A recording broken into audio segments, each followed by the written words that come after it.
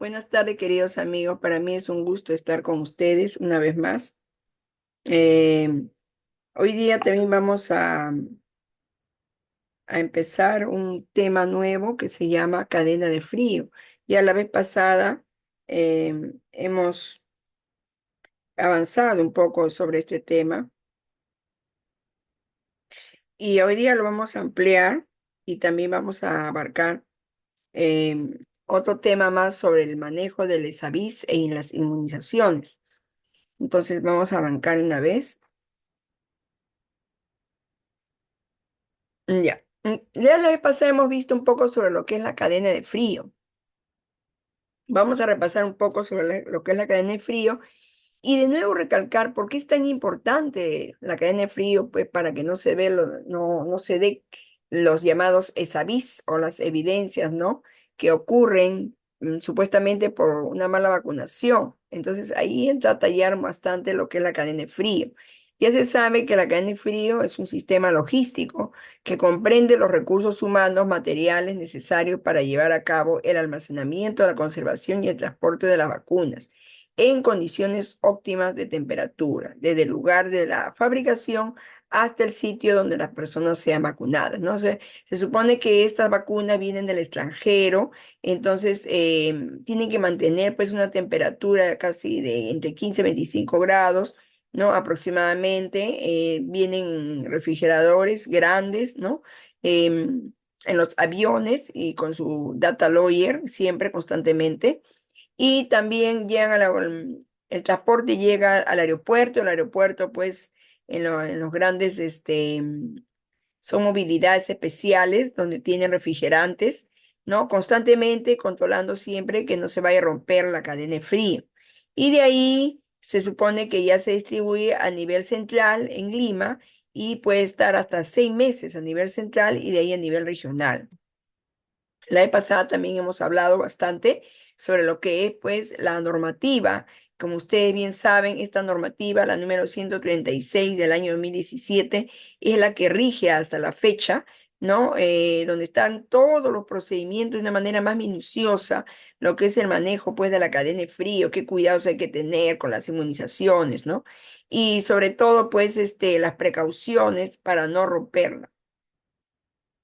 Bueno, acá yo les quería pasar un poquito un video en forma rápida sobre lo que es la cadena de frío.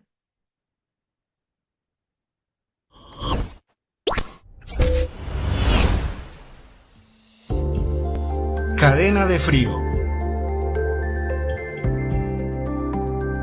Para asegurar que las vacunas proporcionen los beneficios esperados cuando una persona recibe la inmunización, el talento humano en salud responsable de la vacunación debe entender que cada dosis de vacuna debe ser almacenada, transportada, distribuida y suministrada cumpliendo con una estricta cadena de frío que varía en cada biológico, de acuerdo con las recomendaciones del fabricante.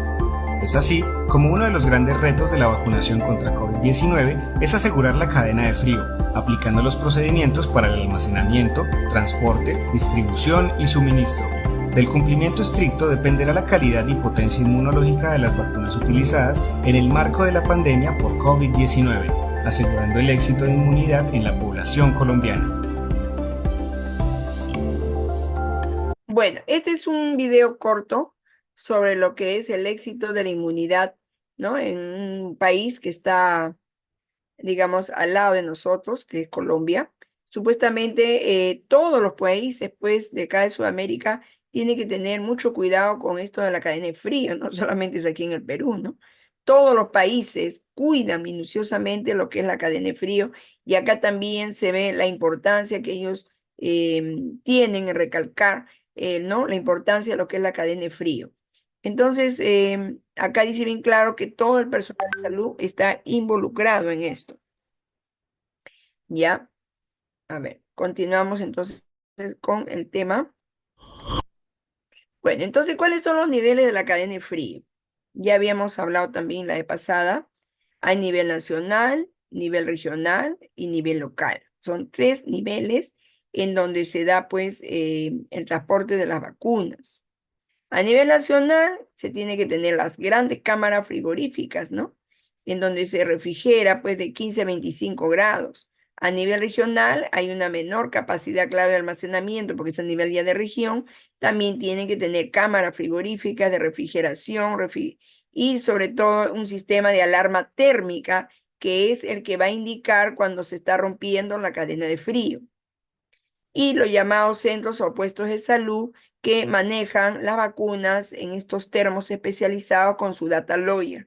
Siempre el data lawyer está presente en los tres niveles, porque ya hemos hablado la vez pasada que el data lawyer es un termómetro electrónico computarizado, podríamos decir, porque no solamente marca la temperatura, sino también tiene un USB, ¿no? Que puede descargarse, digamos, toda la información de este termómetro, que es como un equipo, podríamos decir, y en ese USB se carga y se coloca en la laptop, y bien interesante porque ahí marca pues la variedad de las temperaturas que ha sufrido las vacunas. Entonces, estos tres niveles constantemente se manejan.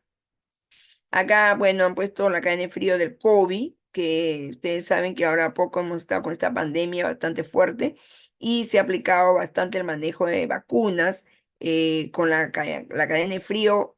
La cadena de frío de las vacunas eran con una temperatura bien alta, 70 grados, 60 grados, algunas vacunas. Y como se ve, pues la cadena de frío también igualito en avión, transporte frigorífico, ¿no? Un centro de distribución a los centros de salud.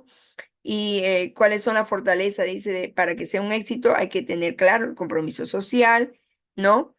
Conocimiento tecnológico, porque acá hay una serie de profesionales que intervienen, capacidad productiva, rapidez, capacidad de adaptación, capacidad de resolución, también hay. La termoestabilidad de las vacunas es muy importante mantenerlo constantemente, observar también la fecha de vencimiento y el constante control, pues, con el data lawyer sobre la mantención de la temperatura. Hay que tener en cuenta que aquí el clima también es muy determinante, ¿no? No es igual tener, pues, el transporte de vacunas a los centros de salud, hospitales de la costa, con uno de la sierra, con uno de la selva, con uno del norte o con uno del sur, en donde el clima puede alterar y puede romper la cadena de frío. El clima a veces altera, por eso hay que tener mucho cuidado, constantemente estar en constante vigilancia y cualquier interrupción de la cadena de frío hay que reportarlo. ¿Ves? Acá tenemos la instalación y el mantenimiento también. Se ve pues las vacunas tienen que estar en constante control. Em, los equipos frigoríficos, sobre todo, dice acá, una refrigeración que mantenga, que conserve y que mantenga los biológicos, ¿no? Inactivos, como se dice, atenuados, ¿no? Acá hay algo que resalta bastante y dice que hay algunas vacunas que tienen también diluyentes, ¿no? Tenemos la BCG, que tiene el bacilo Camelcamerin, tenemos la sarampionosa, la rubiola, la papera, todos son vacunas en virus. Tenemos la antimarílica. Estas vacunas manejan diluyentes, ¿ya? Entonces, estos diluyentes dice que también pueden estar acompañados con la vacuna. Pero también cuando explican bastante sobre esto, los técnicos dicen que los diluyentes no necesariamente tienen que estar junto con la vacuna, ¿no? O sea, pueden sacar, volverlo a poner. No es igual que la vacuna, porque la vacuna tiene que, hay más exigencia. Ya les había dicho que las vacunas tienen microorganismos. Están atenuados, pero de todas maneras tienen bacterias, tienen virus. Y lo que se trata siempre de conservar, digamos, estos virus y estas bacterias atenuadas, ¿ya? Que no puedan refrigerarse, o sea, que no se vayan a congelar tampoco, y tampoco que vayan, digamos, a elevarse la temperatura. Por eso, supuestamente, según la norma técnica 136, es entre 2 y 8 grados sobre el cero, ¿no? No puede ser menos del 2 ni tampoco más del 8, porque si es 0 el 2 o más del 8, inmediatamente o bien la vacuna pierde su termoestabilidad o bien se congela. Entonces, referente a los diluyentes, el resto de las vacunas, algunas tienen y otras no, los diluyentes no necesariamente tienen que estar bien refrigerados. pueden retirarse y pueden volverse a colocar, ¿no? O sea, tú sabes que los diluyentes, ustedes saben que los diluyentes no tienen microorganismos. No, no, los diluyentes solamente es agua destilada, ¿no? Entonces, no hay tanta exigencia para poder mantener una cadena de frío estricta. ¿Cuáles son los equipos y los complementos de la cadena de frío? ¿Ya? En equipo, bueno, el número de equipos de refrigeración que está en función a la población asignada, más de un 25% tiene que estar en esto, eso sí, siempre se guarda la reserva. Hay complementos también, números suficientes de complementos de cadena de frío, termos portavacunas, las cajas, las transportadoras, data lawyer, termómetros, paquetes fríos, entre otros. Todo eso se utiliza para lo que es el transporte de las vacunas.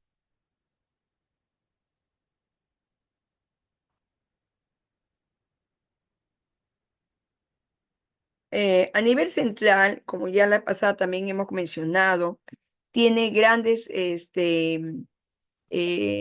congeladoras, refrigerantes, ¿no? Tiene bastante equipo y tiene que tener, pues, buena electricidad. Ese es otro problema también. La vez pasada ya dijimos que también hay un sistema de alarma cuando se va la luz eléctrica, ¿no? Si se va la luz eléctrica, pues necesariamente tienen que tener un equipo, ¿no? Para poder mantener la luz eléctrica, ¿no? Un motor.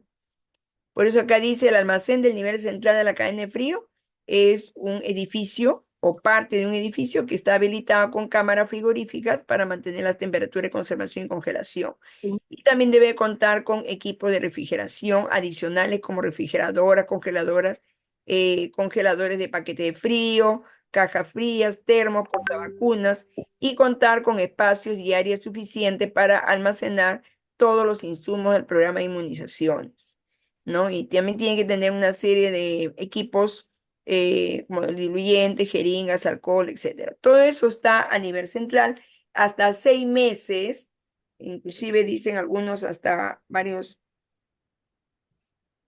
em, unos meses, hasta 8 meses, a veces pueden mantenerse almacenadas las vacunas a nivel central, ¿no? Tiene buena refrigeración, puede soportar las vacunas. A nivel regional, ya estamos hablando a nivel de regiones, ya sea región costa, sierra, selva, norte, centro, sur, ya constituye un segundo nivel de la cadena de frío y le corresponde una parte ya, pues, ¿no? Del territorio peruano. Puede estar habilitado, también dice, con cámaras frigoríficas, dependiendo de la población, ¿no? Dispone también de refrigeradores, congeladores, para que se pueda, pues, almacenar y conservar las vacunas por un periodo limitado de tiempo. También adicionalmente tienen que tener paquetes fríos, aire acondicionado y si en caso dice, si es que puede, una planta eléctrica de emergencia. Ya les he dicho que la planta eléctrica de emergencia es necesaria a nivel central, regional y tener bastante precaución. El tiempo de almacenaje también es hasta 6 meses. Los rangos de temperatura, eh, menos 25 grados, ¿ya? Y las congeladoras de vacunas, solo la vacuna antipolio oral, son las que tienen más alta temperatura, entre 15 a 20 grados, ¿no? La temperatura de refrigeración hasta 8 grados, ¿no? En cámara fría, es en el caso, pues, de la antipolio oral. Ya les había dicho entonces sobre los equipos de alarma. Son cómodos. Esos sistemas de alarma es muy necesario para, justamente como su mismo nombre dice, para que dé un signo de alarma en caso se rompa o se quiera romper la cadena de frío. Es un sistema, dice, que permite el monitoreo de la temperatura de un refrigerador o un cuarto frío. Por medio de la alarma, pues se pueden detectar tanto las temperaturas bajas como las altas. Por eso yo le digo entre 2 y 8 grados son la mayoría, excepto el antipolio o la vacuna APU, que eso sí se mantiene una temperatura más fría, ¿no? El sistema cuenta con un retardo de tiempo para evitar falsas alarmas cuando se abre la puerta del refrigerador. El sistema también puede monitorear la temperatura hasta 3 días después del corte de energía, ¿no? Entonces, El equipo de alarma es muy necesario y es justamente sirve para que el personal técnico de salud o los ingenieros que están apoyando constantemente estén en vigilancia. A nivel local, también abarca pues hospitales, clínicas, centros y puestos de salud. Primero son los hospitales, ya ustedes lo saben, después de los centros de salud y después los puestos de salud, ¿no? Cuenta también con refrigeradoras a nivel local, se supone en las provincias, para mantener pues la vacuna por cortos periodos de tiempo, máximo un mes, ¿no? Asimismo, este nivel cuenta con caja fría, con termo portavacunas, ¿no? Y los niveles de la cadena de frío que se han mencionado también tienen que tener estos instrumentos necesarios, ¿no? Y todo esto es para no romper el eslabón de la cadena de frío.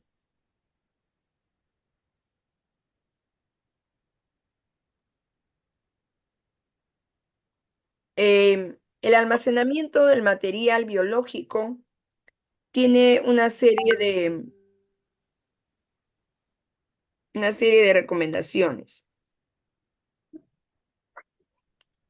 Los refrigeradores que almacenan material biológico pueden calentarse o congelarse. A continuación se analizan, dice, algunas normas que deben seguirse para evitar el calentamiento. Yo le digo, encima de 8 grados o debajo de 2 grados, y es peligroso también. A veces la vacuna se llega a congelar y cuando se aplica al paciente ya prácticamente no produce el efecto esperado. Entonces, ¿qué, digamos, recomendaciones dice la puerta del refrigerador que se utiliza para almacenar los biológicos?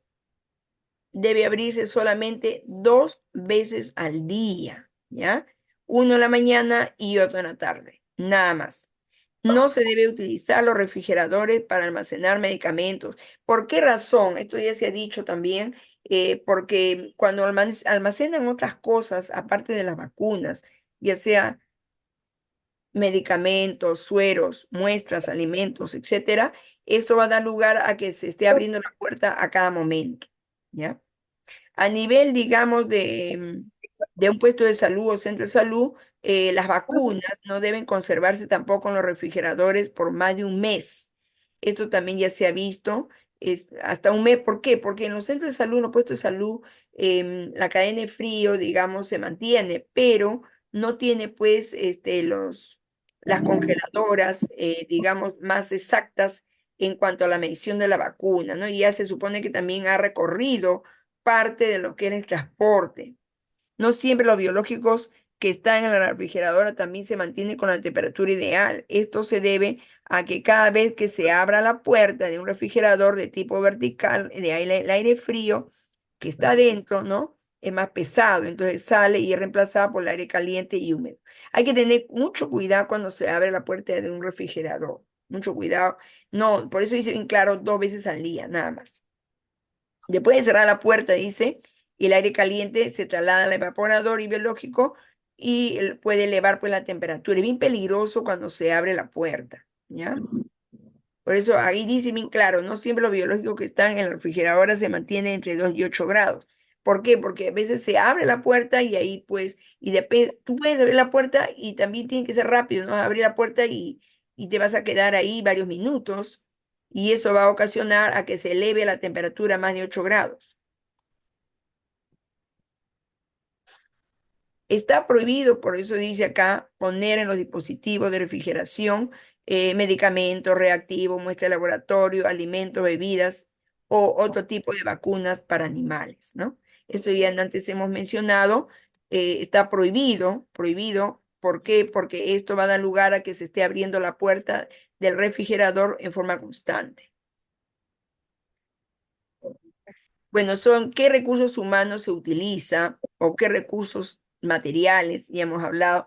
El termo, bueno, generalmente más se utiliza los termos KST, que son los más comunes en todos los centros de salud. El Data Logger, que es el termómetro digital que les digo. Em, Hay también estos termos que utilizan a veces las colegas, el termo Style, ¿no? Y las neveras frigoríficas, que es a nivel regional, que se utilizan para conservar las vacunas. Y los famosos paquetes fríos, que son donde se almacena el agua fría, ¿no? Fría casi. congelada. Bueno, la vez pasada hemos hablado también sobre el data lawyer, que es muy importante saber qué cosa es el data lawyer, ¿no? Son unos termómetros digitales exactos, ¿no? Y la ventaja del data lawyer es que almacena, guarda y conserva toda la información de las variaciones de la temperatura. El data lawyer se utiliza a nivel central, a nivel regional y a nivel este, local, ¿no? O sea, centro de salud, hospitales, puestos de salud. El data lawyer se coloca, pues, por ejemplo, dentro de de un cooler, ¿no? Grande, ¿ya? Y va marcando, pues, la temperatura que se encuentra dentro de la vacuna, ¿no? Y eso lo va guardando, va almacenando y después se conecta con un USB, se descarga toda la información y se puede ver en la computadora las gráficas de la vacuna, ¿no?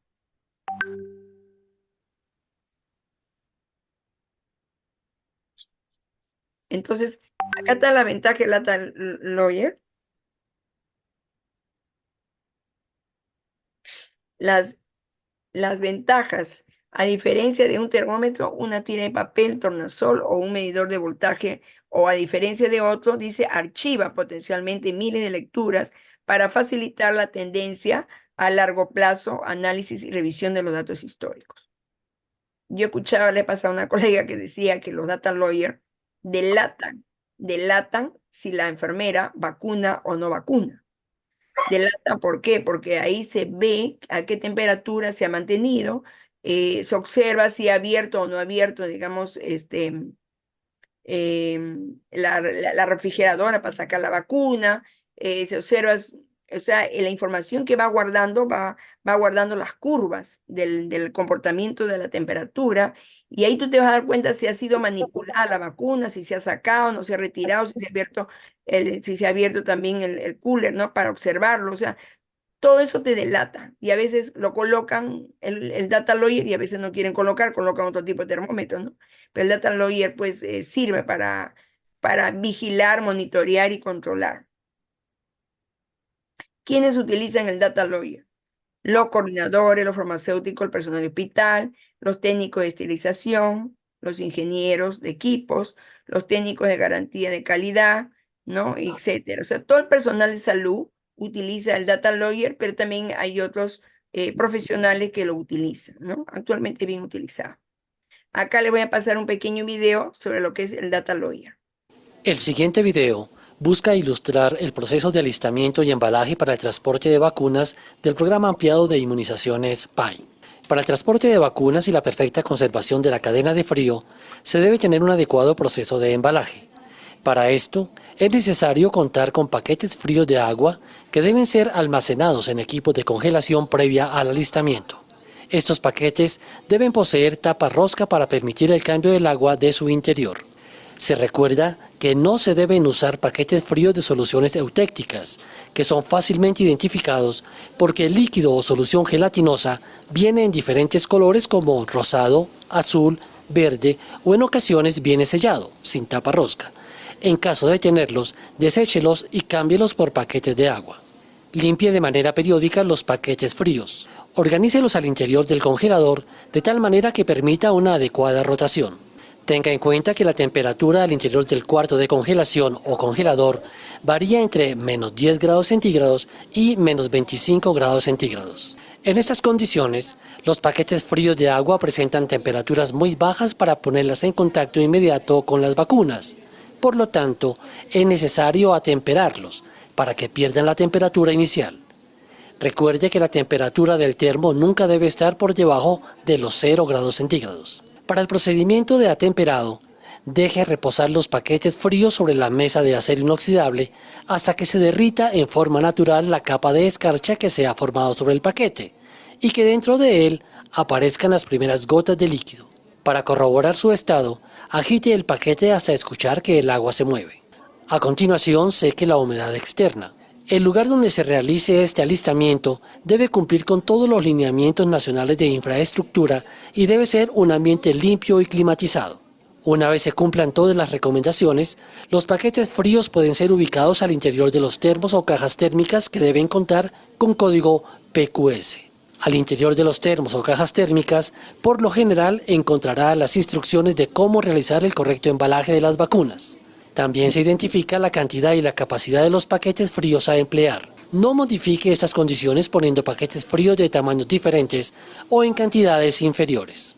Luego organice las vacunas en su interior, en el empaque secundario y selle adecuadamente la caja o termo. Recuerde que para el transporte de los biológicos se recomienda emplear una camioneta, vehículo o buseta climatizada.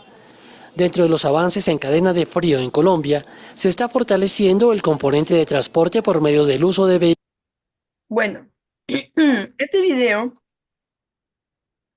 también es de otro país, ¿no? Pero el transporte de las vacunas es casi igual como en el Perú. Acá dice bien claro que hay que tener mucho cuidado con esto de estos paquetes fríos, es para el manejo de los coolers, ¿no? Donde colocamos las vacunas. Ustedes acá están observando cómo se maneja, cómo se colocan, digamos, los paquetes fríos sobre la mesa, ¿ves? Como ustedes pueden ver, porque acá lo que se busca es descongelar. Estos paquetes fríos no pueden tener escarcha. Si tienen escarcha que se forma ahí en la parte de afuerita, la escarcha congela la vacuna. Entonces, por esa razón se recomienda bastante el buen manejo de estos, estos paquetes que se sacan pues del congelador, ¿no? Y estos paquetes tienen que estar, digamos, digamos, sin la escarcha, ya con su agua hasta acá, hasta el pico, y se va colocando poco a poco en todos los maletines de los portavacunas, ¿no? Yo quería colocar este video previamente para después ya un poquito ampliar lo que es el manejo, pues, de las vacunas a nivel local, ¿ya? ¿Ves cómo se coloca? Todos los paquetes se sacan del congelador y se va colocando sobre una mesa. No necesariamente tiene que ser la mesa acanalada, ¿no? Supuestamente en la normatividad de 136 habla que la mesa debería ser acanalada, pero no necesariamente, porque puede escurrir. Primero pues lo colocas, digamos, por un lado y después lo volteas el paquete y se coloca por el otro lado, pero el asunto es que escurra totalmente y que toda la escarcha que es del hielo, toda la escarcha que es de hielo, ¿no? Salga, para evitar el congelamiento, pues, de las vacunas, ¿no? Ahí van colocando poco a poco y, y tiene claro las recomendaciones que a veces viene, cómo es el manejo de las vacunas o cómo es el manejo de los paquetes fríos, tiene que tomarse en cuenta, ¿no? Continuamos. Ahora, estábamos hablando un poco, pues, sobre lo que es el data lawyer, y como le estaba diciendo, este termómetro digital no solamente es en las congeladoras, sino también en estos portavacunas, ¿no? Acá tenemos la ubicación donde se coloca el data lawyer, en los refrigeradores, en los termos portavacunas, en las cajas transportadoras de las vacunas. Ahí se coloca este famoso data lawyer. Y la distribución que se da a estos data lawyers, el gobierno mismo lo transporta en los institutos, hospitales, centros de salud y puestos de salud. Todos tienen que tener su data lawyer, hasta los puestos de salud tienen que tener.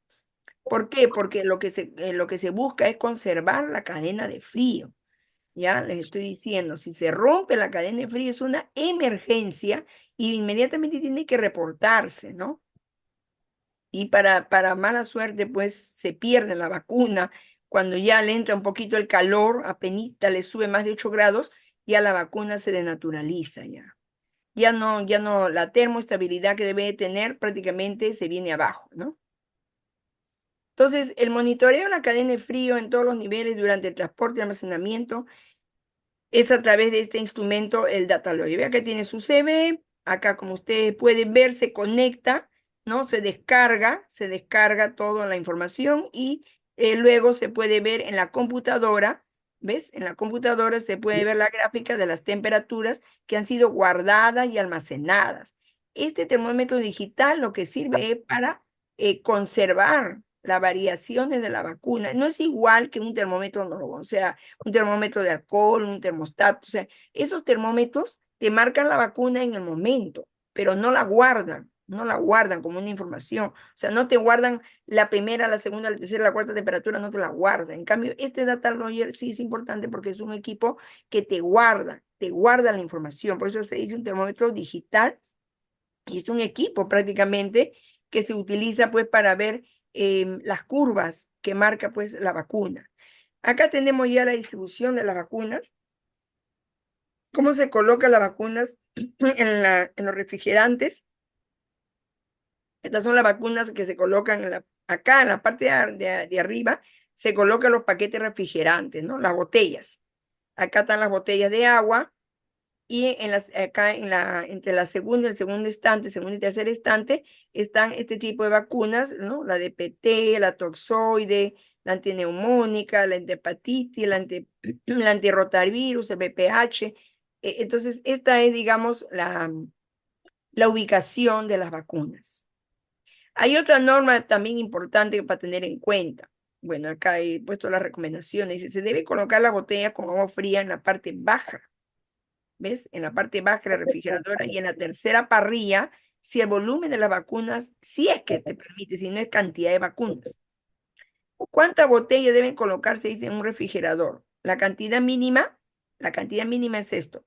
Si es un refrigerador de 10 pies cúbicos, 6 botellas de 2 litros cada botella. ¿Mm? Si es una refrigeradora de 14 pies cúbicos, que es más grande, 8 botellas de 2 litros. O sea, la botella tiene 2 litros siempre. Si es un refrigerador de 18 pies cúbicos, o sea, más grande, 10 botellas de 2 litros. Las botellas tienen agua y esa agua refrigerada es lo que mantiene también, eh, digamos, la temperatura fría del ambiente, ¿no? Si el espacio lo permite, pues se pueden colocar más botellas, pero eso dependiendo el tamaño de la refrigeradora, podríamos decir, ¿no? Acá también tengo otro cuadrito que yo les he querido colocar, un organizador de una refrigeradora para almacenamiento de biológicos. Cada elemento tiene un lugar dentro de la refrigeradora, como ustedes pueden ver acá, los paquetes fríos, como siempre, van en la parte de arriba, ¿no? Ahí están los paquetes fríos puestos para congelar y están paraditos, y los paquetes fríos ya congelados están acá. Acá está la bandeja de hielo, el termómetro, el data logger, como les voy a repetir, siempre se coloca, y las vacunas colocadas en las bandejas, ¿no? Acá también. Y acá también hay más paquetes fríos y hay botellas de agua. Todo depende de la cantidad de vacuna que vas a colocar y también depende de la refrigeradora. Los paquetes fríos se colocan siempre verticalmente en el congelador, dice. La bandeja que recoge el agua durante el deshielo debe permanecer en su lugar como siempre viene, ¿no? Originalmente. La vacuna se coloca en la primera y en la segunda parrilla, ¿ya? Y en la primera parrilla, la más alta, se almacenan aquellas vacunas que deberían que en caso de congelarse accidentalmente, no sufran deterioro. Por ejemplo, la polioral, ¿no? En la segunda parrilla se almacena el resto de las vacunas, la BCG, la triple, la tetánica y el termómetro que siempre tiene que estar presente aquí, el data logger. Acá también hay otra explicación minuciosa. En el primer instante dice, se colocan las vacunas, la triple viral, la Sabin, la CRP, la doble viral, la vacuna bacteriana que es la BCG, en el primer instante. Y en el segundo instante, ¿no? La triple, la pentavalente, el toxoide tetánico, histérico, la antineumónica conjugada, la antineumónica con 23 serotipos, la antiinfluenza, la hepatitis B y todas las vacunas que son de virus, es en el segundo instante. Como antes ya les dije, los diluyentes también se refrigeran, pero no es necesario que estén a cada rato refrigerados. O sea, pueden sacar, se pueden retirar, se pueden colocar de nuevo. No, justo cuando se va a poner ya la vacuna, se puede refrigerar, ¿no? 2 horas antes, podríamos decir, se puede refrigerar y después ya se mezcla pues con la vacuna. Bueno, en ATI ya hemos pasado un video cómo se coloca la preparación de los paquetes fríos en un termo, pero acá de nuevo le he puesto, digamos, una información. Dice, los paquetes refrigerantes, es importante cerciorarse que los paquetes no tengan la escarcha. Antes ya creo que les he dicho que la escarcha no debe detener los paquetes estos de acá, de agua, porque pueden congelar la vacuna. Si la vacuna se congela, ya se rompe la cadena. Se recomienda que el paquete refrigerante sea llenado con agua aproximadamente un 80% de la capacidad. La vez pasada, en la anterior charla, hemos hablado hasta dónde es que se llena el agua en los paquetes fríos para que, digamos, se mantenga la congelación, ¿no? Un termo portavacuna debe tener una vida fría. Vida fría se supone que constantemente tiene que mantenerse frío el ambiente del termo. Se define vida fría de un termo, ¿no? Al tiempo en horas que demora en subir la temperatura de la vacuna, desde el momento en que se colocó en el termo hasta el rango máximo temperatura crítica, que es más de 8, o sea, sobre 8 grados. La vida fría de un termo que no se ha abierto puede durar hasta 36 horas a una temperatura ambiental de 43 grados centígrados. Si el termo se abre varias veces, ya sea durante la jornada laboral en el organismo de salud o en la vacunación casa por casa, la vida fría va disminuyendo en un factor del 6 décimas aproximadamente menos. Si el termo se ha abierto unas 16 veces con 2 minutos de duración cada vez que es abierto, pues va a tener 22 horas de vida fría. La vida fría va disminuyendo a medida que tú lo abres más constantemente, porque los termos constantemente se abren. No es que nosotros vamos de casa en casa, vamos de repente, vas por la sierra y vas subiendo tú un cerro y estás en una leíta, te pasas a la otra leíta, ¿no? Y así constantemente cuando uno va al campo, tú abres constantemente el termo, entonces ahí va disminuyendo la vida fría, el porcentaje va bajando. Supuestamente dice debería durar 36 horas, ¿no? Pero a veces como va disminuyendo la vida fría, va durando menos.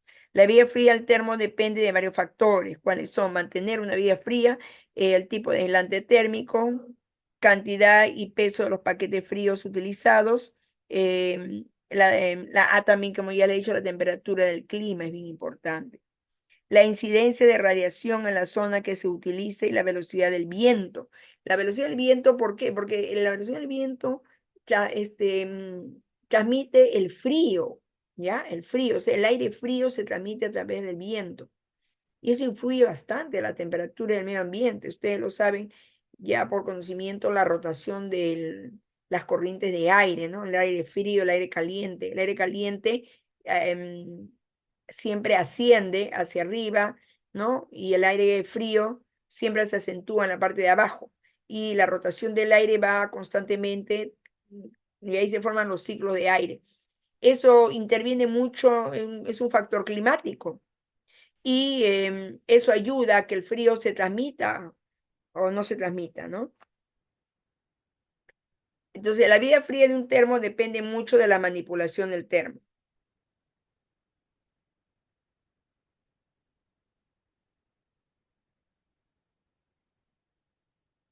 Mm, bueno, acá he querido yo colocar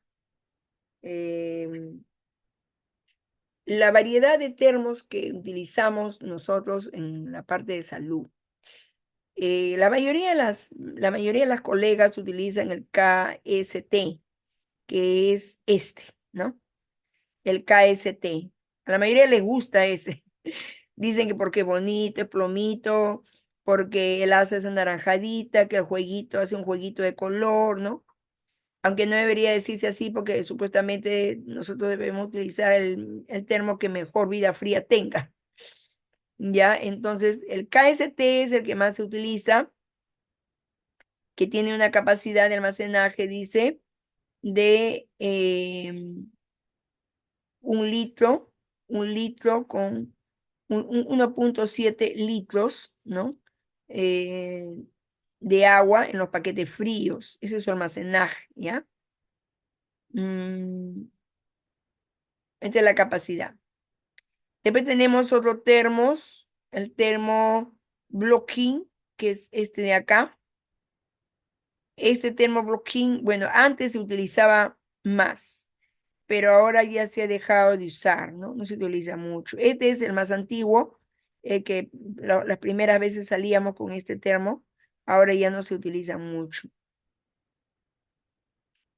Bueno, este es un poquito sobre la información, las cargas, cuántos litros cada uno tiene.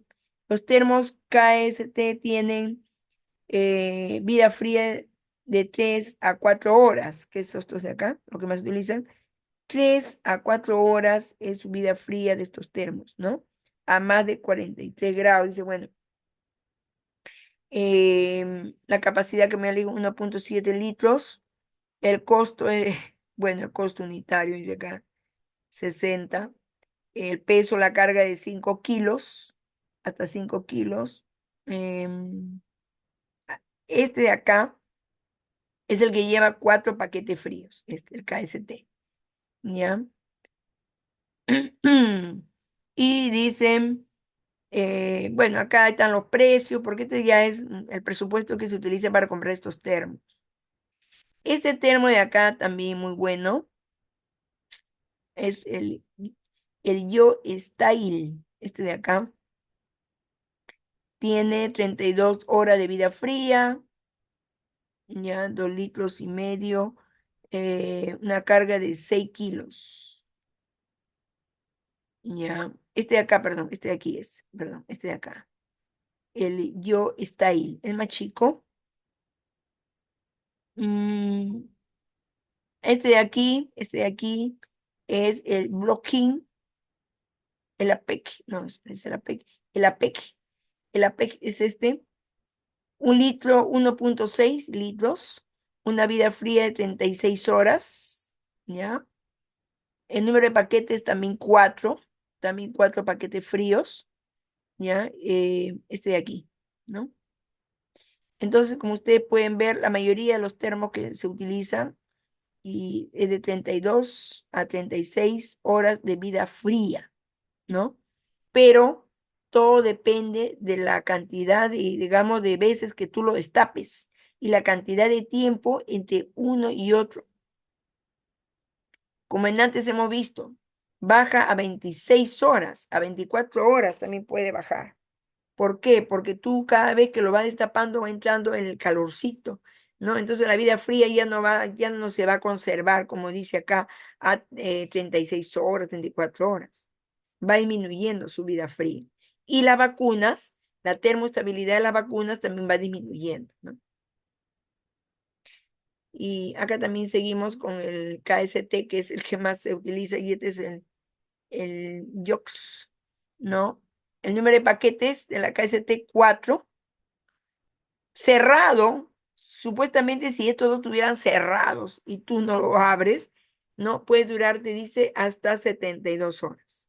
Pero ya cuando tú lo empiezas a abrir, estos termos, 36 horas nomás le ponen. O sea, pues 3 días, ¿no? Nada más. Este es el otro termo Lozani.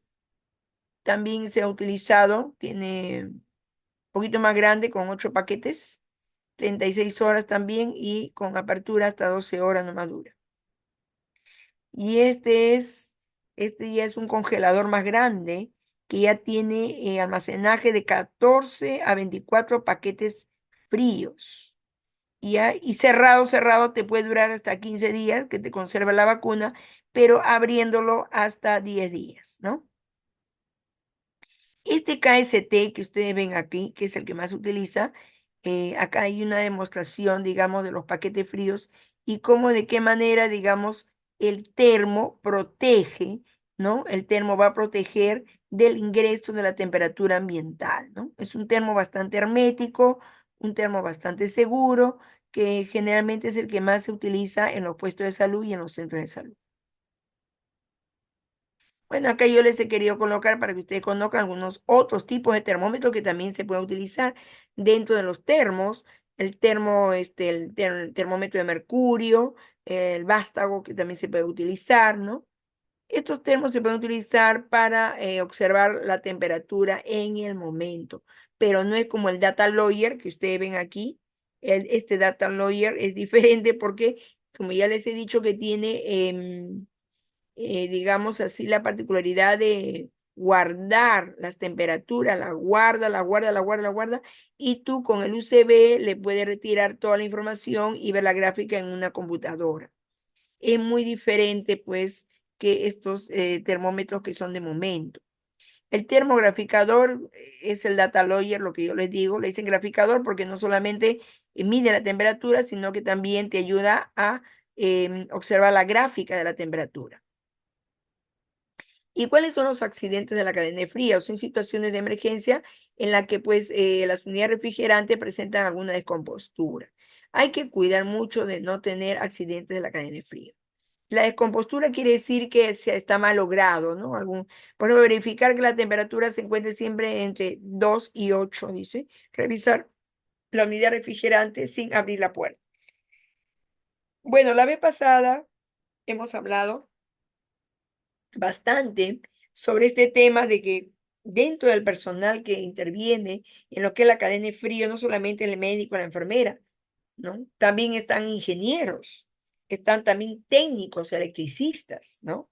Están diversos técnicos especializados en refrigerantes, refrigeradoras, etcétera, porque estos equipos se pueden malograr, ¿no? Nada es perfecto en esta vida. Entonces, para eso, pues, se llama inmediatamente al especialista en lo que es artefactos eléctricos, ¿no? Esos ingenieros también, para que lo puedan arreglar de inmediato, a fin de que la cadena de frío, pues, no se vaya a romper.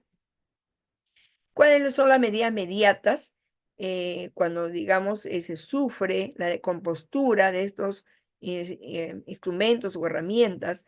Tener lugares para trasladar la vacuna. Tiene que tener, o sea, supuestamente tú tienes que tener ya de reserva un lugar donde vas a pasar las vacunas en caso se malogre un refrigerante. Contar siempre con paquetes refrigerantes aparte. Tomar la temperatura cada hora. La temperatura interna puede durar hasta 4 horas en regiones costeras y hasta 10 horas en las regiones de la sierra. Bueno, en que la costa siempre hace más calor. La sierra a veces todo el mundo dice, no, la sierra hace frío. No es cierto, porque la sierra, pues, como está sobre el nivel del mar, es más frío el ambiente, ¿no? El ambiente, el aire, todo es más frío. Entonces, a veces hasta 10 horas pueden durar las vacunas en ese traslado. Te ayuda. Un accidente de la cadena de frío ocurre cuando las vacunas son expuestas, ¿no? Como ya les he dicho, a temperaturas que sean menores a 2 grados, que se pueden congelar, o mayores de 8 grados. En cuando se tenga, pues, el conocimiento de un evento de esta naturaleza, pues, no se debe seguir, digamos, no, digamos, notificar inmediatamente a su autoridad superior, ¿no? O posteriormente informar a través de un acta. Hay bastantes formatos que están en esas normas que antes yo le he mencionado. Ahí en esa norma hay varios formatos que se llena cuando esté en peligro que la cadena de frío se destruya, se rompa, ¿no? O cuando hay un desperfecto de algún equipo electrónico, etcétera, que tú utilices, un refrigerante, algo. Tú inmediatamente tienes que reportarlo en ese formato para que el Ministerio de Salud mande al personal competente y pueda arreglarlo, ¿no? Ya se sabe que la revisión debe ser diaria del refrigerante, ¿no? Verificar y anotar la temperatura mañana y tarde, comprobar que la puerta del refrigerador esté debidamente cerrada, verificar que las vacunas estén en su respectiva bandeja, clasificadas por tipo y colocadas en estantes correspondientes. Verificar que los frascos de la vacuna estén correctamente identificados. Siempre hay que ver la fecha de vencimiento. No se puede aplicar vacunas vencidas. Las vacunas vencidas ya ustedes saben perfectamente que no hacen ningún efecto, ¿no? O de repente puede activar más bien la enfermedad. ¿Por qué? Porque en una vacuna vencida supuestamente ya ha pasado, digamos, se ha desnaturalizado la composición, ¿no? A nivel local hay que incorporar, dice, la técnica de empacar la vacuna dentro del termo y a su vez colocarlo dentro del refrigerador para asegurar la conservación adecuada de las vacunas en caso de falla de energía eléctrica o mal funcionamiento del refrigerador. Esa es una recomendación que se da, ¿no? Si esto ocurre, dice, la temperatura interior del refrigerador será siempre menor que la del ambiente. Por lo tanto, el calentamiento de los paquetes fríos en el interior del termo será menor y la temperatura de conservación de la vacuna se mantendrá. Por eso es que se debe o se recomienda a veces colocar inclusive hasta con el termo. Eso es cuando hay peligro de la falla eléctrica, ¿no? Entonces, ahí ahorita vamos a entrar a otro tema novedoso, podríamos decir, que en esta pequeña charla, ¿no? En esa pequeña exposición se está haciendo, es ya pues sobre lo que es el manejo de las ESAVIS o, digamos, evidencias supuestamente ocasionadas por vacunas o inmunizaciones. Las ESAVIS, mucho se ha comentado, se ha hablado, ¿no? Algunas madres o familiares, a veces yo escucho que dicen, ay, a mi hijito le han aplicado tal vacuna, le ha caído mal, le ha ocasionado tal enfermedad, etcétera. Pero no podemos nosotros siempre aventurarnos a hablar de más. Siempre se supone que si tu niño ha sufrido algún problema por la vacuna, tú inmediatamente tienes que reportarlo al centro puesto de salud, hospital, y tienes que explicarle qué vacuna se le ha colocado, cuánto tiempo ha sido, cómo se ha manifestado, etcétera, para poder y hacer la investigación en dónde ha sido la falla, ¿no? O sea, si es realmente la vacuna o también a veces es pues, los cuerpos de los niños. La fisiología humana a veces es refractaria hacia las vacunas. Entonces, todas esas cosas hay que observar, ver, y todo no se le echa la culpa a la vacuna ni tampoco al que le ha aplicado, ¿no? Hay que hacer una investigación minuciosa, exhaustiva, para ver, pues, si en realidad es la vacuna o la técnica de aplicación. ¿A qué se llama el término ESAVI? Es todo cuadro clínico que se produce luego de una administración de una vacuna y que es supuestamente atribuido a la vacunación o inmunización. ¿Por qué dice el término supuestamente? Porque no siempre es por la vacuna, no siempre. Hay que ver, por eso la anamnesis, el médico, el pediatra siempre tiene que ver el niño de qué enfermedades padece, si es alérgico, si es asmático, si de repente es un niño que toma algún medicamento, digamos, en forma crónica por otra enfermedad, ¿no? Si es un niño que de repente, pues, ha tenido alguna infección que le haya ingresado, ¿no? O sea, supuestamente por la vacuna, pero hay que investigar bien. Por eso que dice supuestamente, supuestamente. O sea, eso tiene que ser comprobado debidamente.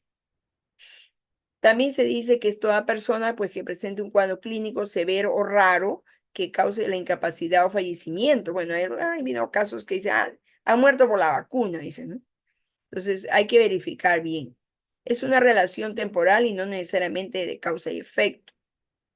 Esto también hay que observarlo, ¿no? Mediante un proceso de investigación. Por eso acá dice hay una epidemiología. La epidemiología es la que observa, digamos, la cantidad de dolencias que pueda presentar una cierta cantidad de población por los efectos de una vacuna que se haya aplicado. El caso clínico cumple con la definición operacional del ESAVI. Esa es una pregunta, ¿no? El caso clínico cumple con la definición operacional del ESAVI, ¿ya? O sea, ¿cuál es, digamos, la definición operacional? Ha sido una enfermedad coincidente, ha coincidido justo cuando le aplica la vacuna, se le produce tal enfermedad y dice, no, es por la vacuna. Y no es por la vacuna, sino que la enfermedad se le ha producido por un contagio, qué sé yo, ¿no? Entonces, o era un evento que ya, ¿no? O es un evento esperado por la vacuna, o es un evento causado por un error operacional, ya, programático, ¿no? Como se dice usualmente. Hay que tener mucho cuidado con la técnica de aplicación. Por eso yo en antes les he hablado bastante sobre la cadena de frío y les he vuelto a recalcar de nuevo cuál es la importancia, cómo se ponen los termos, los paquetes fríos, dónde se tiene que colocar la vacuna, qué precauciones hay que tener para controlar las vacunas en su vida fría. Esto es importante porque a veces, por esa razón, es que se dan a veces las reacciones adversas de las vacunas. Y no es porque sea una vacuna en sí que sea la vacuna que le ha hecho daño, sino que se ha roto en la cadena de frío. ¿A qué se llama un evento coincidente?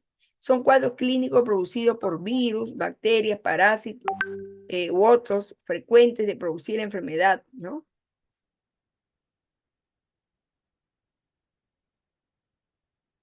Em, supuestamente infectan al vacunado antes de aplicarle la vacuna, ¿ves? O puede ser en lapso de esos días o después que le han aplicado la vacuna, ¿ya? Es un cuadro clínico producido por virus, bacterias, o sea, se supone que le han transmitido o lo ha adquirido en algún lugar.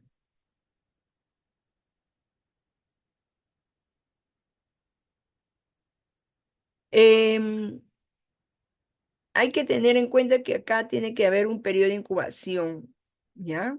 Las enfermedades cuando ingresan, ya sean virus o bacterias, siempre tienen un periodo de instalación, podríamos decir, pues el periodo de incubación es instalación. O sea, ingresan al torrente sanguíneo, inmediatamente no produce la infección, sino que el virus, la bacteria se instala. Hay virus que son de pulmón, vía respiratoria, que son vía digestiva, otros son de repente linfáticos, o puede ser de glóbulo rojo, glóbulo blanco, no sé, de cerebro. O sea, el virus, la bacteria escoge el órgano donde más ataca usualmente. Entonces ahí se instala, se reproduce y una vez que hay una cierta cantidad de colonias de virus o de bacterias, ahí es donde recién produce la enfermedad. No es al instante, ¿no? Por ejemplo, en el caso del coronavirus se decía que era la semana, algunos eran en algunos casos hasta 10 días a veces, ¿no? Entonces la incubación demoraba. Entonces, justo cuando se da el periodo de incubación, le aplica la vacuna.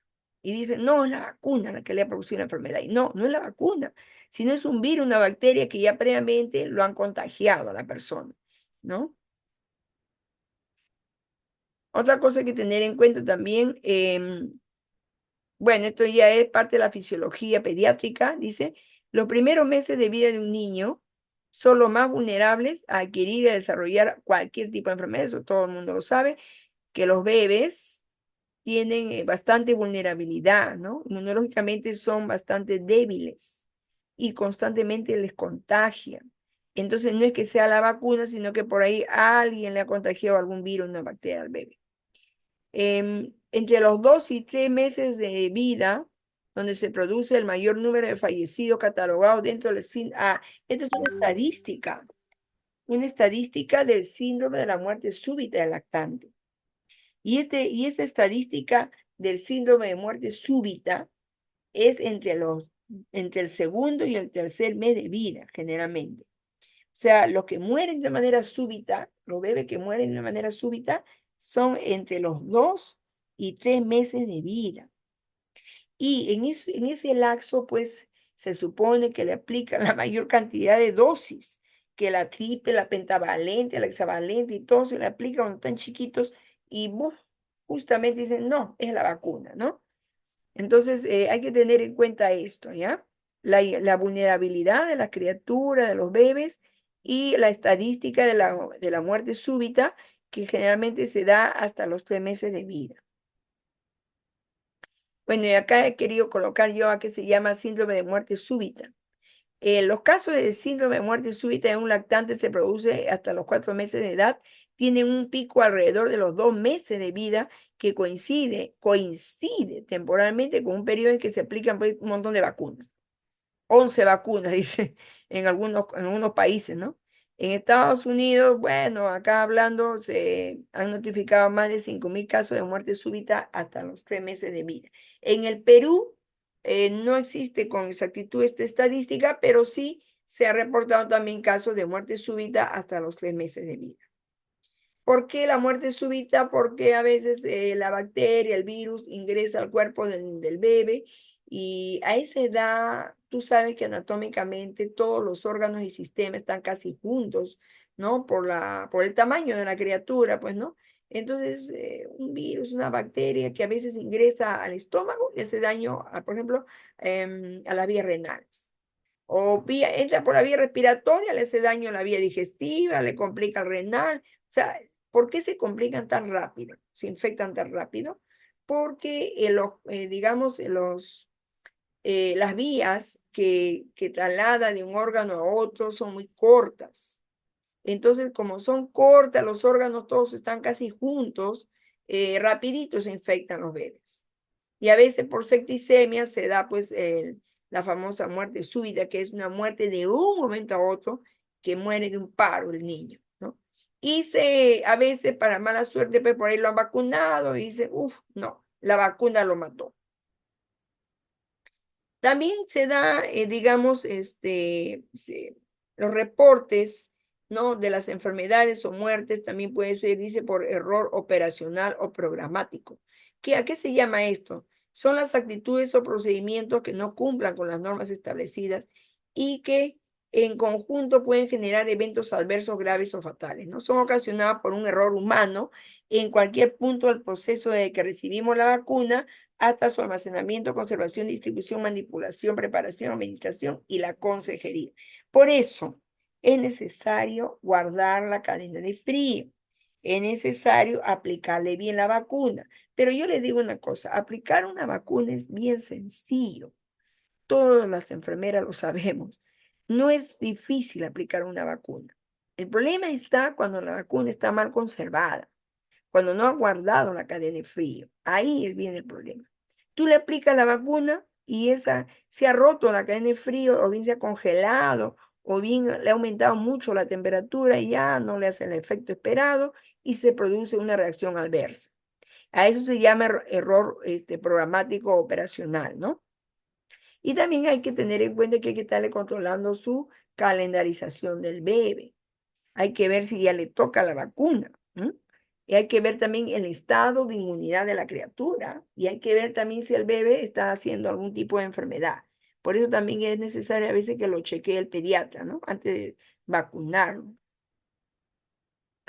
Bueno, esta es una estadística extranjera. En Yemen, por ejemplo, hubo un error programático. Se aplicó, dice, insulina a 70 infantes en lugar de la triple. Mucho cuidado con el personal de salud. No puedes estar distraído. Creo que ya hemos hablado en otras oportunidades, en estas charlas, sobre los 5 correctos que se aplica en enfermería, ¿no? El 5 correcto, que es dosis correcta, medicamento correcto, vía correcta, hora correcta, paciente correcto. Ahí están los 5 correctos. Al séptimo, creo que hay un sexto correcto también, que se utiliza el ambiente correcto. O sea, si tú utilizas tus correctos en todo lo que es administración de medicamentos, pues nunca vas a fallar. Acá si se le ha aplicado la insulina en lugar de una triple, ¿no? Y le ha puesto una hipoglicemia violenta en una muerte súbita a los bebés, es porque no has aplicado tú el medicamento correcto. Tienes que ver bien, ¿no? La ampolla, qué ampolla estás aplicando y dónde estás sacando tú las dosis. El fabricante también tiene que, ¿no? Ser, digamos, no sé si acá habrá habido error del fabricante o habrá habido error, digamos, del personal de salud, no sé, pero sí hubo un error programático bastante grave, 21 fallecidos. Me imagino pues que el gobierno de alguna manera tiene que haber dado algún bono o algo a esas pobres familias que han perdido sus criaturas, sus bebés, ¿no? Bueno, también ha habido otros tipos de incidentes médicos supuestamente atribuidos a la vacunación.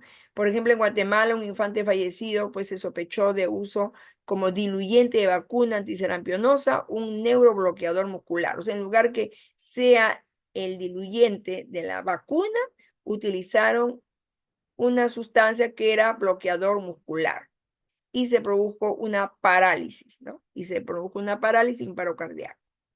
En Cuba también 3 infantes fallecieron después de la administración de una vacuna antisarampionosa. ¿Ya? Y ¿qué cosa indicaron la revisión médica? Síndrome del shock tóxico.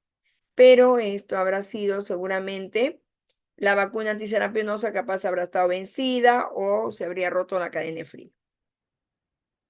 Acá también, bueno, yo quería colocar esto, el error operativo y cuáles son los eventos previstos. Si la inyección no está estéril, porque mucho se guarda la asepsia, ¿no? En lo que es el manejo de las inyecciones, dice, ¿Y en qué caso la inyección no es estéril, no? Reutilizar la jeringa o aguja descartable, eso es grave. Uso de jeringas sin garantía de esterilidad adecuada, o vencido de repente, ¿no? La vacuna o diluyente contaminado.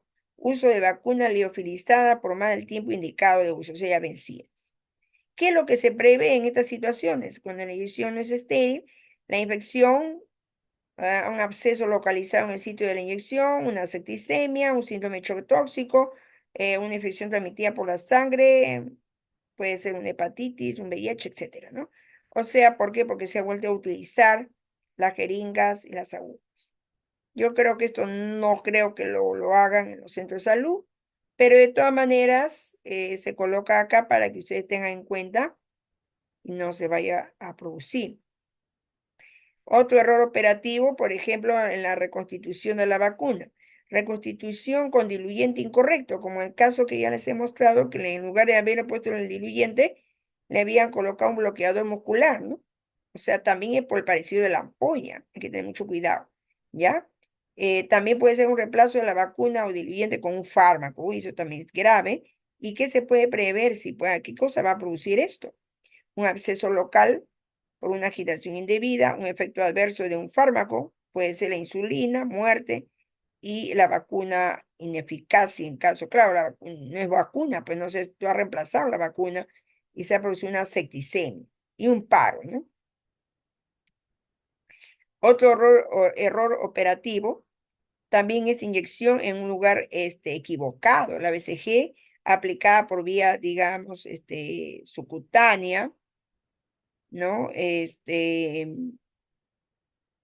La triple o el tétano demasiado superficial, ¿no? Una inyección en glúteo que no corresponda.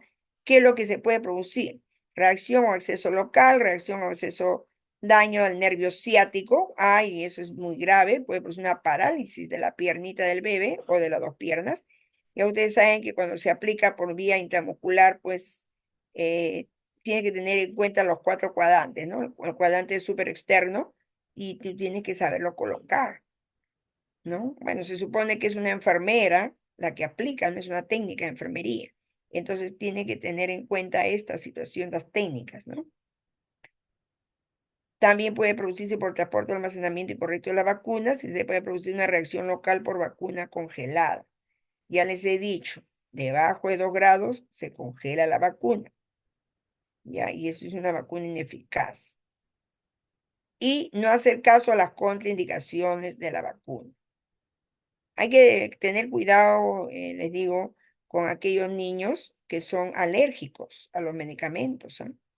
Siempre por eso es un chequeo con el pediatra, tiene que verlo bien, para ver bien qué vacuna le puede afectar o no, o si le va a afectar más o menos, porque a todos los niños no les afecta igual. Bueno, entonces, estos casos de SAVI que sean severos, pasan, dice, por un comité, el cual luego de una revisión exhaustiva se determina la clasificación de los mismos. Para ello es necesario contar pues con un informe completo. Ya les he dicho, se investiga, tienes que investigar, observar, preguntar al familiar, ¿no? En la copia de la historia clínica del niño también. De acuerdo a la intensidad de los casos, que pueden ser leves o severos, ya cuando son leves, dice, generalmente a veces son frecuentes, se puede manejar de manera ambulatoria, pero cuando son severos, pues tienen que hospitalizarlo, ¿no? Y en algunos casos fallece. Entonces, por su gravedad, digamos, de los CESAVIS, se pueden clasificar en leves, moderados, graves o letales. Los leves es cuando las reacciones ya son menores al tratamiento, ¿no? El tratamiento es más rápido y no requiere una hospitalización larga, ¿no? Estos signos y síntomas se pueden tolerar y se pueden corregir rápidamente. Cuando es moderado ya requieren un cambio de terapia medicamentosa, ¿no? Un aumento en la observación del médico, de la enfermera, y si hay un malestar suficiente, pues tiene que ser observado. Se hospitaliza generalmente y se le observa cuáles, digamos, las reacciones del niño. Cuando son graves, ¿no? Amenazan la vida, causan un daño permanente, se prolonga la hospitalización, se requiere un cuidado médico intensivo, ¿no? Y bueno, cuando es grave se puede producir una parálisis, ¿no? Como dice, una reacción discapacitante, ¿no? Inhabilitado para trabajar o realizar una actividad usual o para jugar, si es el caso de un niño. Estamos hablando de un adulto, si un adulto, claro, a veces puede ser para trabajar, pero en un niño no. Letal ya es cuando ya causa la muerte. Bueno, yo he visto, observado, ha habido casos un poco raros que se ha presentado con la vacunación del COVID, ¿no? En los puestos de vacunación ambulatoria que habían por las calles, a veces colocaban y se notaba que a veces, más yo he observado en las personas que son adultas, porque esta vacuna tú sabes que la ponían, lo colocaban, lo aplicaban al comienzo, ha sido a los adultos, porque los adultos eran los que más morían. Entonces decían, ya, vamos a aplicar a la población más vulnerable, ¿no? Los ancianos mayores de 60 años. Y a veces se producía casos que les daba un paro cardíaco. Entonces, eso es un exavis letal, ¿no? Un paro cardíaco a veces porque, bueno, cuando son mayores de 80 años, 90 años, a veces ya tienen complicaciones, ¿no? O tienen antecedentes, o tienen una enfermedad concomitante, comorbilidad crónica, entonces a veces no toleraban la vacuna y se producía un paro cardíaco.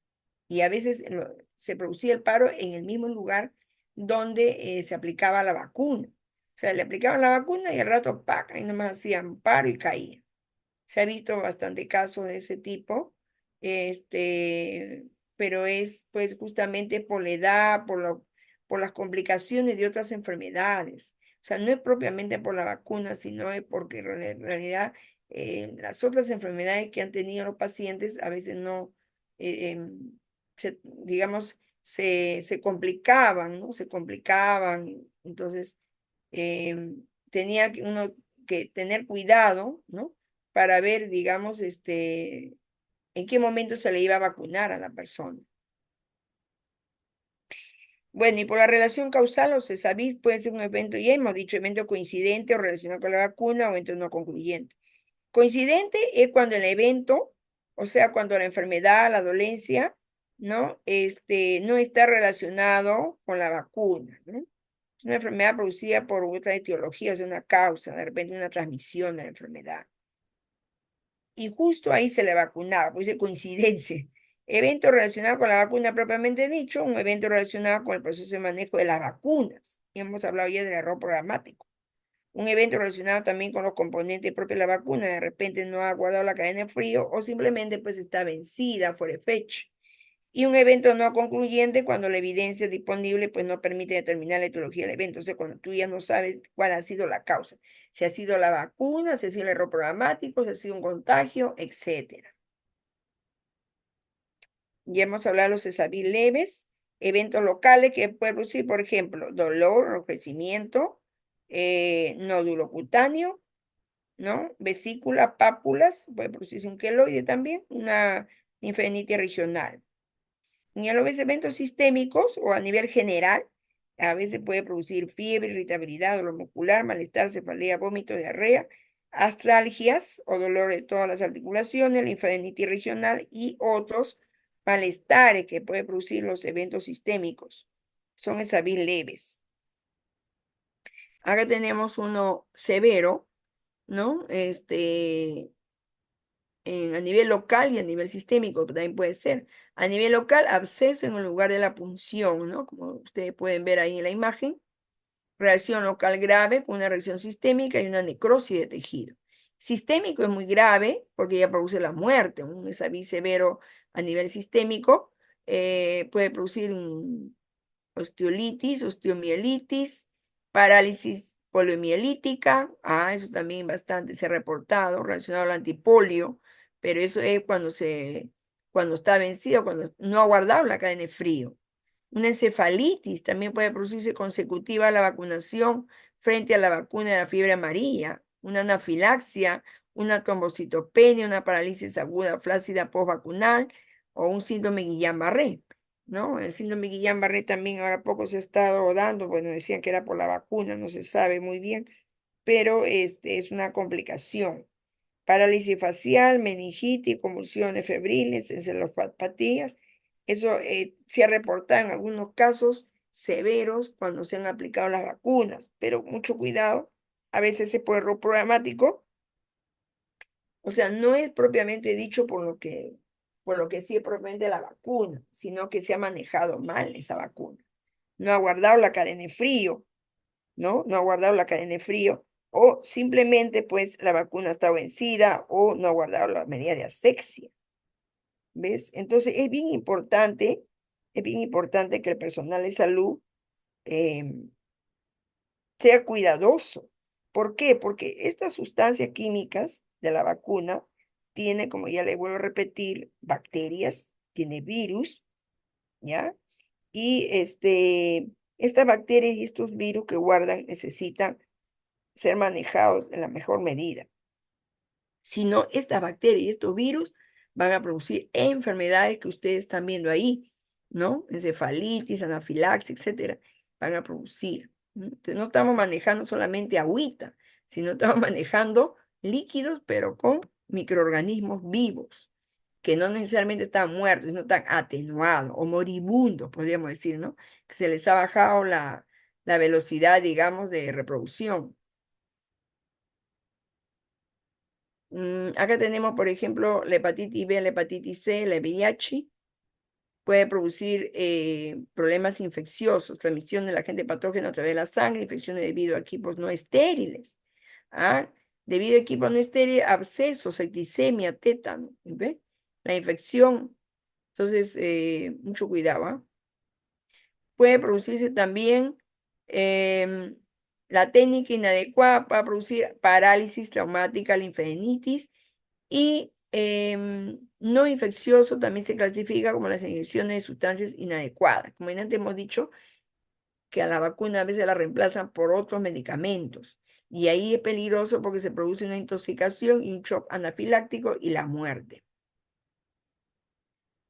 Bueno, esto es una relación de fallas que se pueden producir en el transporte, en la conservación, en el manejo, ¿no? Yo les he querido colocar acá un montón de fallas que pueden producir un ESAVIS, ya sea dosificación inadecuada de la vacuna, método de administración incorrecto, práctica no segura de la manipulación de las agujas, falta de verificación del empaque, reconstitución de la vacuna con diluyente errado o equivocado, cantidad indebida de diluyente, preparación inadecuada de vacuna, sustitución de la vacuna diluyente por un medicamento, contaminación de la vacuna, vacunas y jeringas usadas después de la fecha, ¿ves? Vencido, sobredosificación de la vacuna, vía de aplicación incorrecta, falta de asepsia y empleo de mala técnica.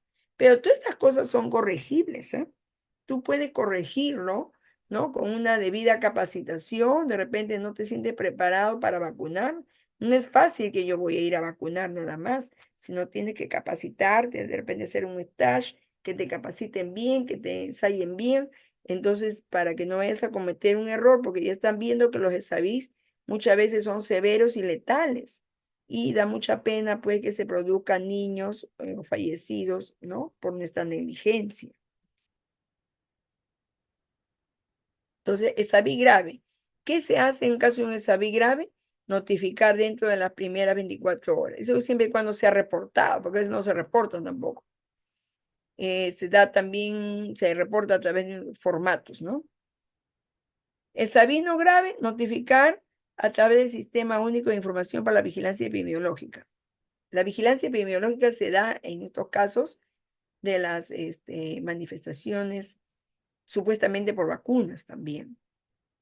Dice, hay que notificar dentro de los primeros 7 días hábiles, o sea, durante la semana, ¿ya? Cuando no es grave, durante la semana tiene que notificar y reportarlo en un formato.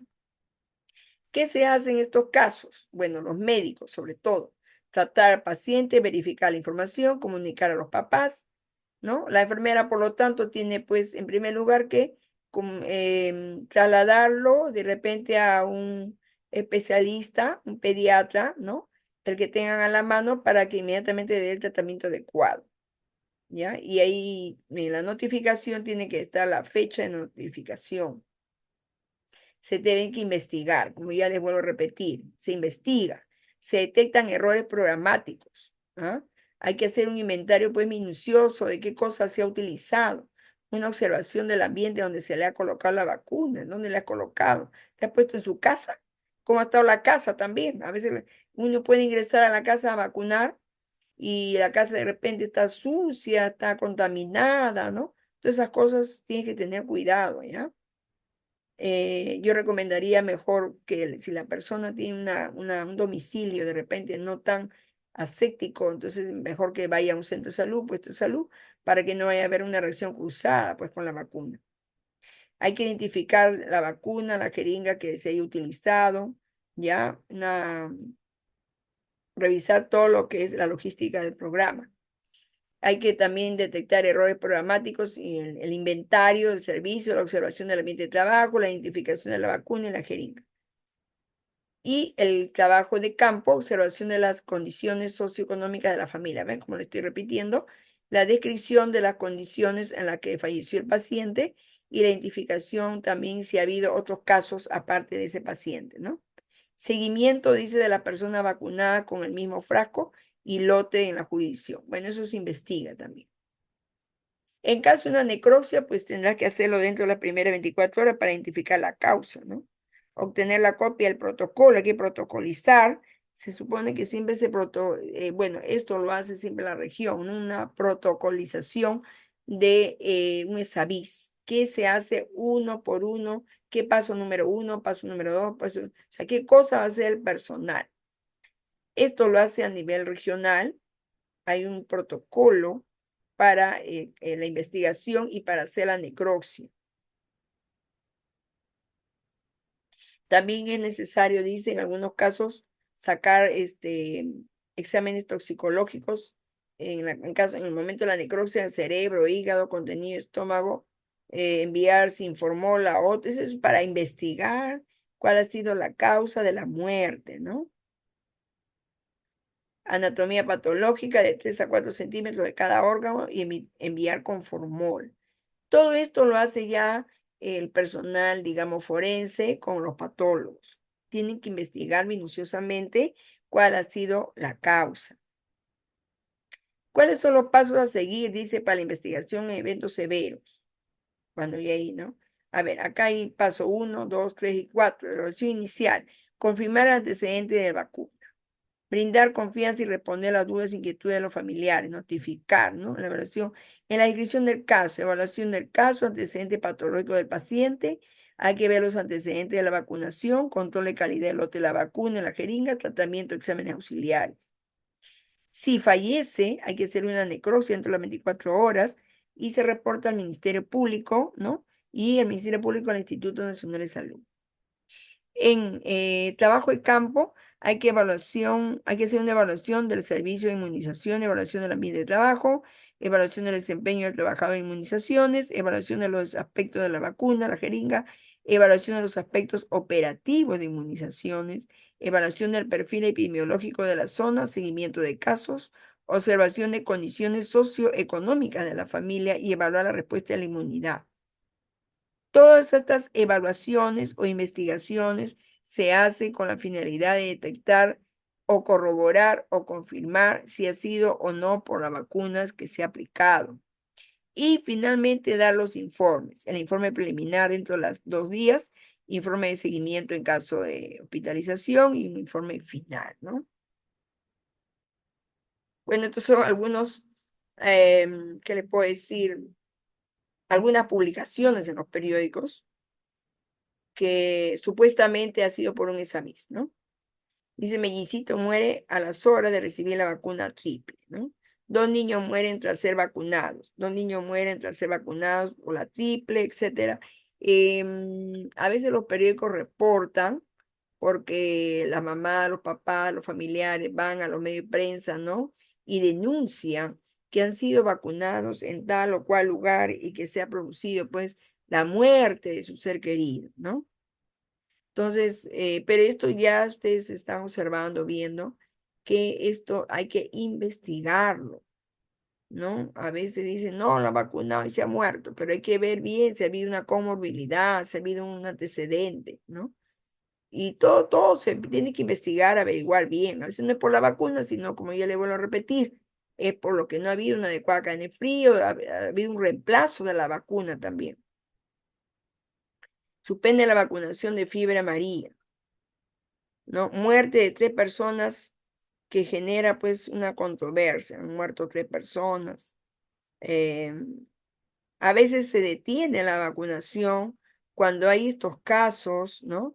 Hay que estar estudiando, digamos así, si es realmente por la vacuna, si ese lote está, digamos, alterado, dañado, se devuelve, ¿no?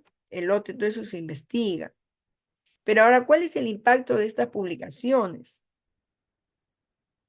Em, bueno, es un impacto muy negativo, ¿no? Disminuye la cobertura de vacunación. De hecho, ¿quién va a querer vacunarse? Va a estar con miedo. Hay desconfianza, hay temor, hay duda, hay pérdida de credibilidad, pérdida de accesibilidad a los servicios de salud. O sea, trae abajo todas las campañas de vacunación. Por eso es recomendable siempre reportarlo y no publicarlo, porque en realidad a veces se daña la población. Y no, yo no quiero. A veces yo he visto padres de familia que dicen, no, yo no quiero que mi hijito reciba ningún tipo de vacuna. Y de repente la va a matar a mi hijito, ¿no? Y a veces los niños están sin vacuna, se contagian y se mueren. Bueno, se produce una crisis. ¿Cuál es la crisis? La situación en la cual hay una pérdida real o potencial de la confianza en las vacunas y de los servicios de vacunación. Generalmente, pues esto va a desencadenar en un reporte de eventos. ¿Cuáles son los eventos adversos? Que una población, una masa poblacional está desprotegida, ¿no? Se desprotege totalmente y llega el verano, llega el invierno y comienza la muerte por neumonía o mueren de repente por algún otro virus que de acuerdo al clima, a la temperatura climática, pues se reactiva y como no están vacunados, se mueren. Y más que todo, a veces pues los niños no están bien alimentados. Ese es otro problema. A veces la criatura no está bien alimentada, el papá trabaja, la mamá trabaja, se descuidan, no le han dado lactancia materna y encima no están ni vacunados y se mueren. ¿Qué se vigila y se notifica? Se notifica si el exaví es severo y se va, o bien se lo hospitaliza, ¿no? O digamos, si es que en caso tenga pues un riesgo de muerte o tiene una discapacidad, ¿no? Hay que ver bien si cumple uno o más de los siguientes criterios para decir que es un exaví severo, ¿no? El exaví severo, cuando hay riesgo de muerte, es exaví severo. Cuando está discapacitado, también. Peor cuando fallece. ¿Quién reporta los exaví severos? Cualquier profesional de salud, ya sea técnico, ya sea enfermera, ¿no? Y coordina con el responsable de epidemiología que hace las veces en el establecimiento de salud.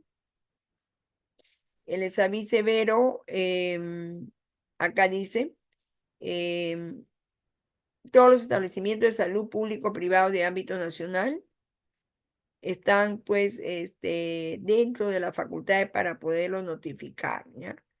Ya sean gobiernos regionales, locales, de salud, etcétera.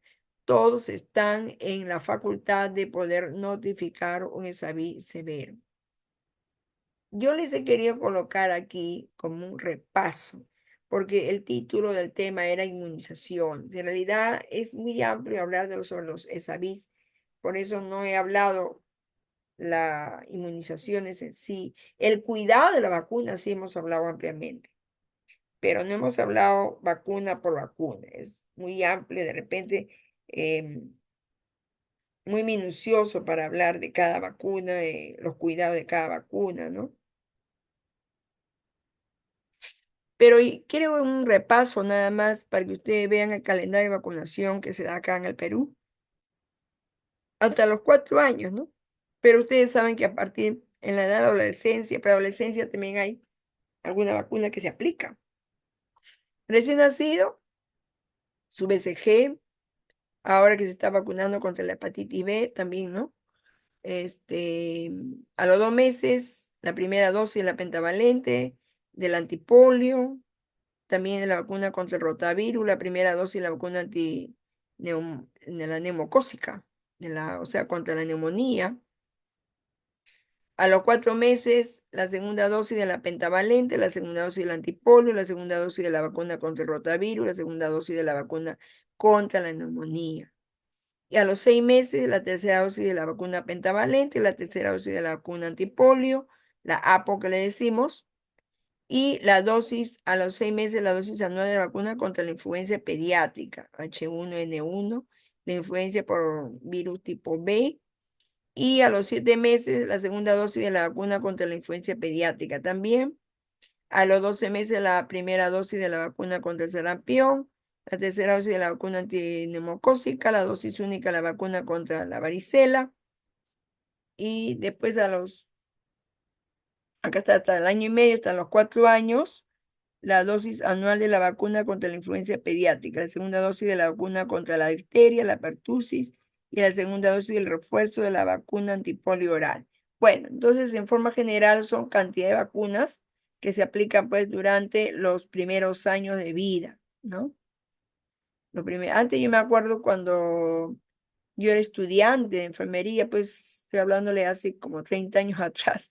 Solamente se vacunaba hasta el año, me parece, y la cantidad de vacunas era muy menos pues que ahora, ¿no? Entonces, a veces se reportaban casos de algún tipo de enfermedades. Y es por eso que el Ministerio de Salud actualmente, bueno, está invirtiendo, porque esa es una inversión muy fuerte que se hace en comprar vacunas del extranjero, ¿no? Con la finalidad que nuestros infantes estén bien protegidos. Ya les he dicho, pues, a veces la lactancia materna no se da como debe ser, no se les alimenta bien. Eh, y yo les voy a decir una cosa, la población de acá de Sudamérica a veces no tiene las higienes necesarias en cuidado, por ejemplo, de los alimentos, ¿no? Preparación de alimentos, la higiene en el hogar, ¿no? En el lavado de manos, sobre todo. Entonces, todo eso da lugar a que se transmitan virus o bacterias que podían ser, digamos, prevenibles pues con las vacunas. Entonces, por esa razón es que estos bebés tienen que ser vacunados porque sí les pueden transmitir enfermedades, ya sea por la falta de higiene, ya sea por la falta, digamos, de cuidado en la sexia. ¿Cuáles son los pasos, dice, para evitar error en la vacunación? Bueno, ya les he dicho, registrar la vacuna en la historia clínica, vacuna adecuada, comprobar el calendario vacunal, ¿no? Según antecedentes, según edad, comprobar el intervalo con la misma u otras vacunas previas. La vacuna elegida es la que hay que ver y verificar si es que es la que corresponde, comprobar el estado de la vacuna, paciente adecuado, que es una parte de lo correcto, identificar al paciente comprobado, la fecha de nacimiento, la edad y que corresponde con la historia clínica abierta, ¿no? Identificar al paciente, por eso tiene que llevar el DNI, comprobar los antecedentes y el estado actual del niño. La vía de administración que sea correcta, los 5 correctos, como dice, elegir la vía de administración, ya sea intramuscular, subcutánea, oral, adecuada según el tipo de vacuna. Lugar anatómico correcto, como antes hemos visto, que también dentro de los SAVIs graves están muchas veces las parálisis, ¿no? Cuidado con el nervio ciático cuando es intramuscular. Preparar al niño con la ayuda de la familia, elegir el lugar de administración adecuado según el tipo de vacuna y la edad del niño o adolescente. Este bebito dice, ¿me vas a poner vacunas que estén bien conservadas? ¿Por qué? Porque a veces la cadena de frío no se guarda y se rompe.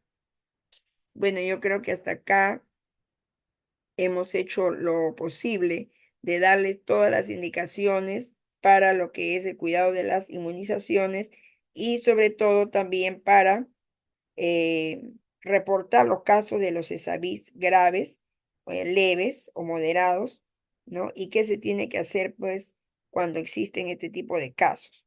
Bueno, supuestamente se sabe que el pediatra tiene que intervenir ahí, ¿no?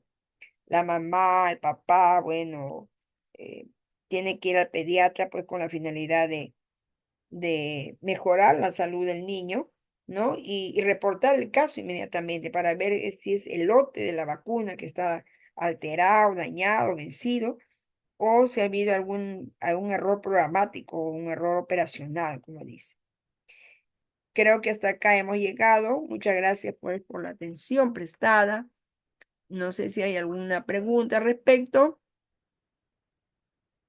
para concluir con el tema que hoy día hemos expuesto sobre lo que es las inmunizaciones y qué se hace en caso de un ESAVITS.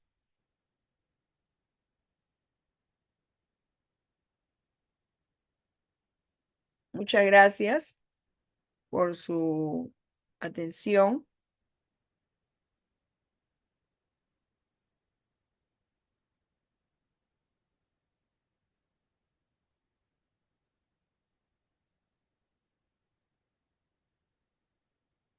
Disculpen, nomás que mi cámara está un poquito afectada y no le puedo prender la cámara para despedirme de ustedes. Gracias, pues será hasta otra oportunidad.